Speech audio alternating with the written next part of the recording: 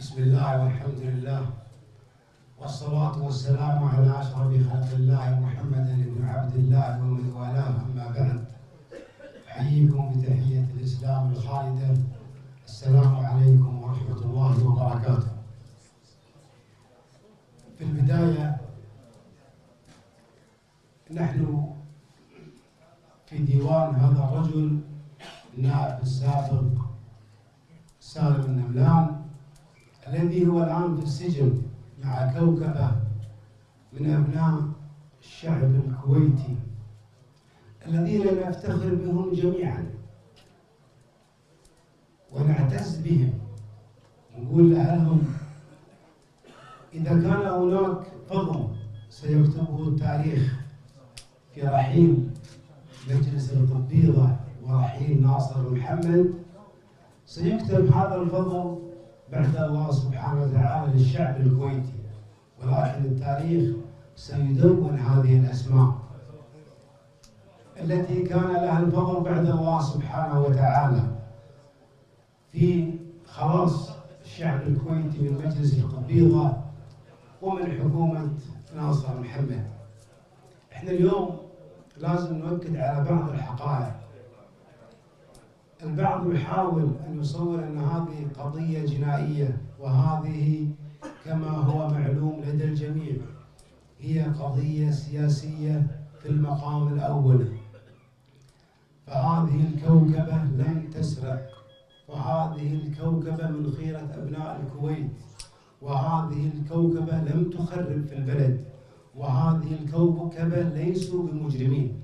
لذلك نحن متضامنون معهم إلى أبعد حد، وستستمر هذه الوقفات، ولن نكل ولن نمل حتى يخرج أبناؤنا من السجن. أنا ماني قانوني، ولكن اطلعت على الحكم وقرأت الحكم كحالي من الآخرين، وقرأت بعض الطعون المقدمة ضد حكم الاستئناف، وعندي تساؤلات أتمنى أن هذه التساؤلات تأخذ بها محكمة التمييز. أول تساؤل، إحنا لما نتكلم عن حكم الاستئناف هو في نفس الحكم ذكرت الهيئة القضائية أن إذ أصبنا فلنا أجران وإن أخطأنا فلنا أجر واحد. يعني هم حتى في الحكم حطوا احتمالية أن يكون هناك خطأ، وهذه طبيعة الأحكام في الدرجات الثلاث. يعني الحكم القاسي في الاستئناف كان قبل حكم براءة، فهذه طبيعة درجات التقاضي. لذلك لما ننتقد هذه الأحكام لربما يأتي حكم التمييز وينسف حكم الاستئناف. وأنا أتمنى أن النقاط التالية يعني أن تأخذ بعين الاعتبار في محكمة التمييز. أول أمر، في أقوال فهد شرطي، فهد عسكري في الحرس الوطني، فهد بدر العازمي، وكيل ضابط ناصر العتيبي، وعسكري كذلك مبارك الهاجري.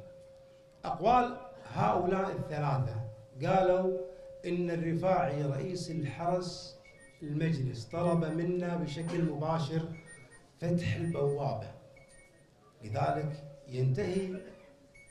ينتفي قصد الاقتحام كما جاء في الحكم. في أقوال حرس المجلس قاعد يقولون إن رئيس الحرس طلب منا فتح الباب، فهذه التهمة تسقط على جميع الشباب.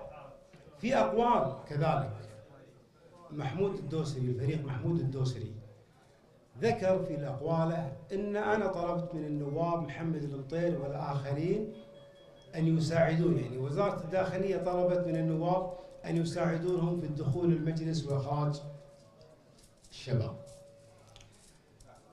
الأمر الآخر، أحد إخواننا المحكومين في دخول المجلس وهو الدكتور مشاري فلاح المطيري، موجود في الحكم في صفحة 126 أنه تطابق صورة المتهم اللي هو مشاري فلاح المطيري مع الصورة المعروضة في القرص المدمج. وأنا أقسم بالله العظيم أن الصورة المعروضة ليست صورة مشاري فلاح، أقسم بالله العظيم. وأتمنى أن محكمة التمييز تأخذ هذه النقاط بعين الاعتبار.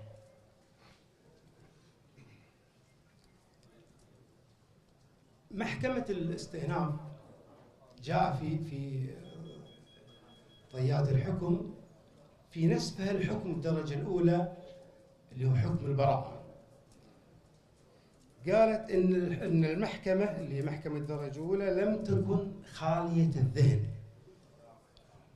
أنا بقرأ عبارات هذا الكلام المحكمة الاستئناف على محكمة الدرجة الأولى، لم تكن خالية الذهن. أنا بس بقرأ عبارات طراها خالية الذهن.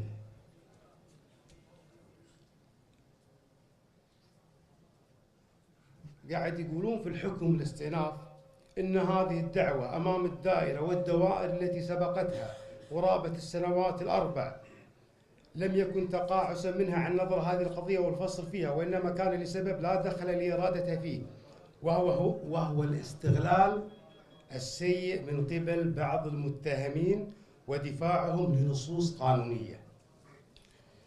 فالدفاع يستغل النصوص الخاصة برد القضاء أسوة بما كان وما يستشعر أن المحكمة في سبيلها إلى الفصل في الدعوة بادر فورا بردها. وذكر هنا في نفس الحكم والمحكمة، يعني قاعد يقول في قصور قانوني، والمحكمة إزاء تلك الممارسات تدق ناقوس الخطر وتهمس في إذن المشرع وتقول له آن الأوان لإعادة النظر في إجراءات التقاضي. تذكرون في حكم القبيضة ايش قالوا؟ قالوا لقصور قانوني. هني في حكم الاستئناف قاعد يلفت نظر المشرع أن هناك في قصور قانوني وفي تحايل. الأمر الآخر من القواعد الأساسية التي أوجبها القانون حسبما نصت عليه المادة 120 من قانون الإجراءات والمحاكمات الجزائية أن تكون الاستعانة بالمحامي إلزامية لكل متهم. وحنا نعرف أن المحكمة في جلسة 19 حجزت الدعوة للحكم التي حضرها الطاعن بلا مدافع عنه. فشلون يطلع حكم وفي مادة واضحة أن لازم يكون هناك من يدافع عنه؟ هذه الأمور أنا ودي وأتمنى أن محكمة التمييز تنتبه لهذه الأمور. وعبارة لم تكن خالية الذهن، يعني هذه المواد واضحة للشعب الكويتي. الآن احنا نتكلم عن حل، يعني الناس دائما يقول احنا نسمع كلام وكلام، نبي الحل. الحل عن طريقين لا ثالث لهما. الحل الأول عن طريق محكمة التمييز، وكلنا ثقة إن شاء الله في كفاءة المحامين الذين يتولون هذه القضية، وكلنا ثقة كذلك بإذن الله من موقف إخواننا المحكومين الآن القابعين في السجن من موقفهم القانوني، وواثقين بإذن الله أن محكمة التمييز راح تنتصر لهم. هذا المسلك الأول اللي الشباب المحامين جزاهم الله خير ماشيين بهذا الطريق، وبإذن الله إن شاء الله نستبشر خير في حكم التمييز القادم. المسلك الآخر هو العفو. وأنا لما أتكلم عن العفو يعني شدني تصريح حق مرزوق الغانم.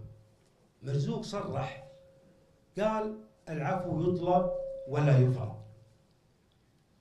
أنا بوجه سؤال المرزوق، أي عفو تتكلم عنه؟ تتكلم عن العفو العام أو عن العفو الخاص؟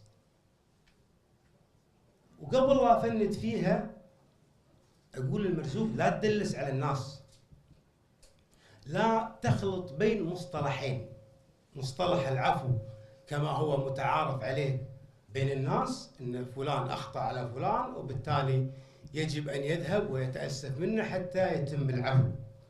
لا تخلط، نحن نتكلم عن مصطلح قانوني نص عليه الدستور وفق المادة 75، فلا تدلس وتحاول أن تغير على الناس أن العفو يطلب. لا، احنا نتكلم عن العفو المنصوص عليه في المادة 75 بشقيها العفو الخاص والعفو العام. كلا العفوين منصوص عليهم في المادة 75. أما لما تقول العفو يطلب ولا يفرض، فأنت تتكلم عن أي عفو. إذا قصدك العفو الخاص فأنت لست متحدث باسم صاحب السمو، ولا يجوز لك الحديث. هذا الأمر مختص به صاحب السمو، وهناك الديوان الأميري وهو من يتحدث عن هذا الأمر. أما إذا قصدك العفو العام فكذلك أنت ما أنت مسؤول عنه. هذا وفق المادة 75 مسؤول عنه مجلس الأمة من خلال نواب ال50. ولا يجوز أن تتحدث باسم مجلس الأمة يا مرزوق. أما إذا أنت تقصد أن يطلب منك، لأن هذه الثلاث معاني، أنت قلت العفو يطلب ولا يفرض، قلت لك العفو الخاص ما لك شغل فيه، مو أنت اللي تتكلم. العفو العام المناط بمجلس الأمة مو فيك. لكن إذا قصدك عنك أنت، فمنو أنت عشان نطلب منك عفو؟ منو أنت؟ يعني بكل أسف بدال ما تتصدى يا مرزوق، بكل أسف بكل ألم يخبرني أحد الشباب الآن، عيالنا 32 واحد بالسجن الآن، وقلوب أهاليهم وقلوب الشعب الكويتي يعتصر ألماً، وأنتم جابر مبارك حاضرين تدريب منتخب الكويت. عيب. عيال الكويت اللي بالسجن كلكم، وأنت قناعتك الداخلية وقناعة جميع النواب إن هؤلاء اللي في السجن الكوكب الخير من أبناء الكويت، ما هذا مكانهم. فيما يخص العفو العام، هذا الموضوع يجب أن يتبناه أخواننا أعضاء مجلس الأمة. نعم اجتهدتوا في دور الانعقاد الماضي، لكن ما كان فيه مساجين. الآن كذلك اجتهدتم ودعيتم إلى جلسة ولم تحضرها الحكومة، ولن نخوض في هذا الموضوع. احنا عيال اليوم. الآن على كل نائب، وأنا كنت أتمنى يعني لو بحسب النواب المتواجدين معانا الآن شيء محزن الحضور، لكن الآن أتمنى أن تبدأ الآن هناك تصريحات النواب، ويعرف الشعب الكويتي من هو الذي سيوافق على قانون العفو العام إذا كنتم جادين. أما غير ذلك جهودكم مشكورة في قضية حضوركم الوقفات، في قضية زيارتكم للمساجين، هذه جهود تشكرون عليها، لكن الدور الحقيقي لكم أن تعلنون الآن عن تقديم قانون العفو العام بصفة مستعجلة. غير هذا الكلام أعتقد أن لن يغفر لكم الشعب الكويتي، لن يغفر لكم الشعب الكويتي. ختاما، شنو القادم؟ يعني الآن يتساءل معظم الشباب ومعظم أهالي المحكومين في قضية دخول المجلس، دعيتونا اليوم الوقفة، الأسبوع الماضي الوقفة، وبعدين بنحضر الوقفة الجاية واللي بعدها. شنو المطلوب منا؟ شنو نقدر نسوي؟ أنا أقول اليوم الدور الحقيقي يقع على عاتق التيارات السياسية وجميع القوى السياسية. يجب أن نقعد اليوم الكل، ولا نتنصل من مسؤولياتنا الوطنية. لازم نقعد مع بعض ونحط خارطة طريق لإخراج أبنائنا المسجونين. يجب أن تتضافر الجهود. اليوم لن يرحم التاريخ كل التيارات السياسية. احنا اليوم نزعل ومتضايقين من ضيقة عيالنا اللي بالسجن، من ضيقة أهلهم. هل يعقل سالم النملان وجمعان الحربش ومشاري والنومس والفضالة والرماح وكل الشباب الموجودين، هل يعقل هؤلاء موجودين بالسجن؟ هذا الأمر مؤلم يا أخوان. يجب أن يكون هناك تحرك حقيقي. وأنا أقول في الختام، يعني الآن محكمة التمييز أمامها طلب، نتمنى أن توافق على إخلاء سبيله لسبب. نفترض الآن أن بعد الجلسات محكمة التمييز حكمت محكمة التمييز بالبراءة أو بوقف تنفيذ الحكم، من يعوض الشباب عن الأيام اللي قضوها بالسجن؟ من يعوض الشباب اللي فصلوا من عملهم بسبب انقطاع عن العمل؟ لذلك أنا أختم في دعوتي الصادقة لجميع التيارات السياسية أن نقعد وما نكتفي بهالندوات هذه الوقفات التضامنية مستمرة، لكن أتمنى أن تجلس جميع التيارات والقوى السياسية على طاولة واحدة ونضع خارطة طريق حتى يخرجون أبنائنا مرفوعين الرأس اللي كلنا والله نفتخر فيهم وكلنا نعتز فيهم. أنا سألت ولد سالم النملان فهد، قلت له شنو شعورك وابوك يوم الخميس الماضي كنا في المحكمة، جابوا سالم من السجن ليحاكم في قضية إعادة الخطاب، فكان سالم بالقفص وكان منظر بالنسبة لي مؤلم جدا. ما هذا مكان سالم مكانه فوق الراس ويا اخوانه. فسألت فهد ولد سالم النملان، قلت له المنظر هذا شنو يعني لك يا فهد؟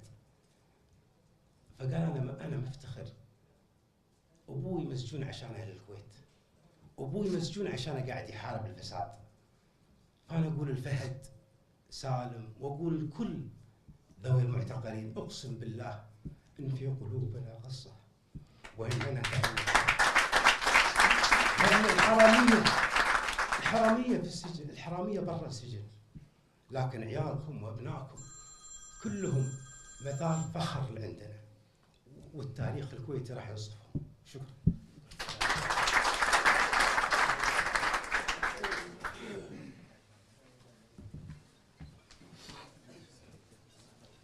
شكرا للدكتور خالد شخير على كلمته.